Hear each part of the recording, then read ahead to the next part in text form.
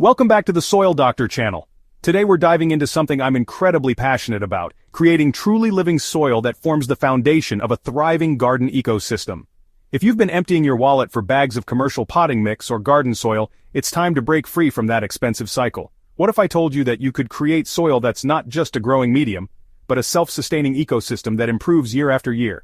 Let's explore how to build regenerative living soil using permaculture principles that will transform your garden while saving you money and connecting you more deeply with the natural cycles that make gardening so rewarding.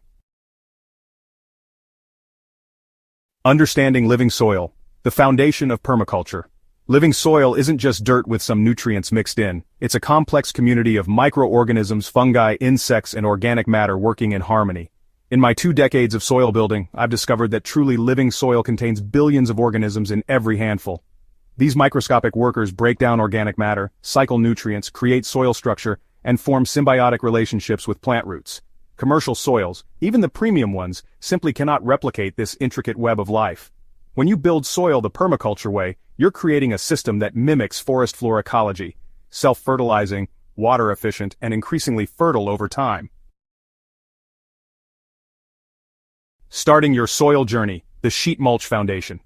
The quickest way to transform any area into fertile growing space is through sheet mulching, also called lasagna gardening. I've personally converted over 5,000 square feet of lawn into productive garden beds using this method. Begin by covering the area with overlapping layers of cardboard or several sheets of newspaper, wetting thoroughly as you go. This suppresses existing vegetation while attracting earthworms that help incorporate the decomposing paper into the soil below. Next, add a nitrogen-rich layer of fresh grass clippings, coffee grounds, or manure about 2 to 3 inches thick. Follow this with a carbon layer of fallen leaves, straw, or shredded paper around 4 to 6 inches deep. Add another nitrogen layer, then a final carbon layer, ensuring your total sheet mulch reaches 12 to 18 inches high. Water the entire stack thoroughly and cover with a thin layer of finished compost to introduce beneficial microorganisms. Within 3 to 6 months, depending on climate, this layered approach will break down into rich living soil ready for planting, with no digging required. The living amendments, beyond NPK thinking. Conventional gardening focuses on NPK, nitrogen, phosphorus, potassium numbers, but living soil relies on a broader spectrum of inputs that feed soil life rather than just the plants. Instead of isolated nutrients, I introduce what I call living amendments that provide complete nutrition while inoculating beneficial organisms.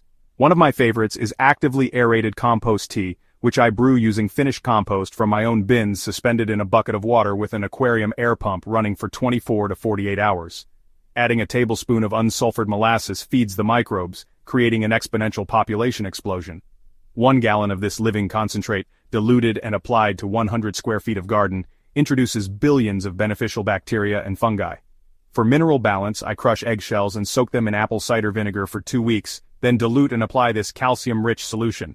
Crushed oyster shells, basalt rock dust, and kelp meal round out my mineral amendments, each added in small amounts seasonally rather than all at once. This diverse approach creates soil with complete nutrition and biological activity that store-bought amendments simply cannot match. The continuous carbon cycle, no-till management. The secret to maintaining living soil is minimizing disturbance while continuously adding organic matter.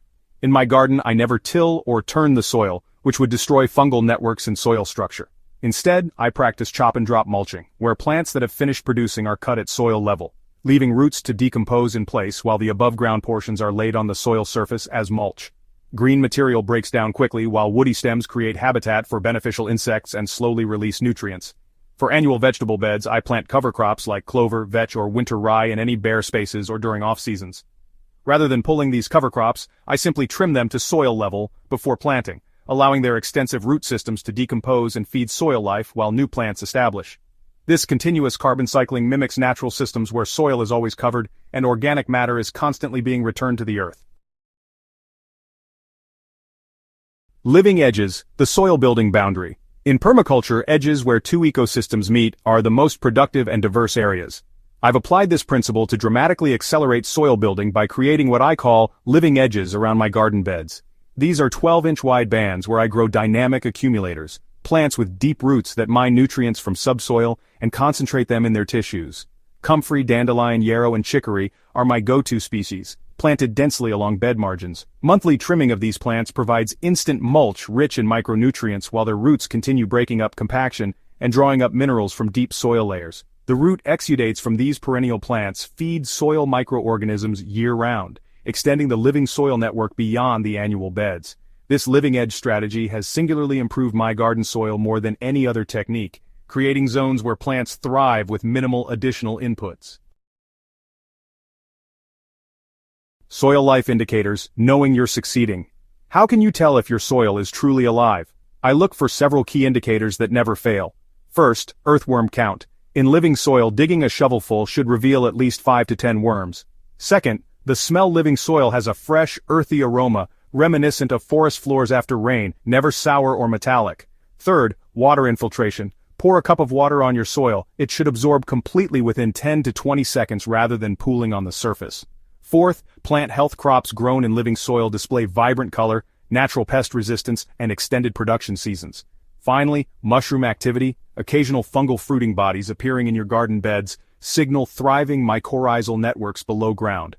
When I see these signs, I know my soil ecosystem is functioning as intended, a self-regulating fertility-building powerhouse.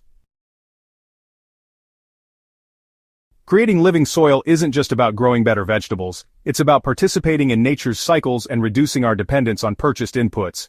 Start with just one small area using these techniques, and you'll be amazed at how quickly the soil transforms into a thriving ecosystem that produces abundantly, with less water, no fertilizer, and fewer pest problems.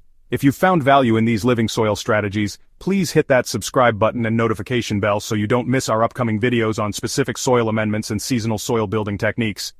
Share this video with fellow gardeners who might be stuck in the store-bought soil cycle. Drop your soil building successes or questions in the comments below. I read every comment and love seeing how these methods work in different climates. Until next time, this is the Soil Doctor, helping you build soil that works as hard as you do.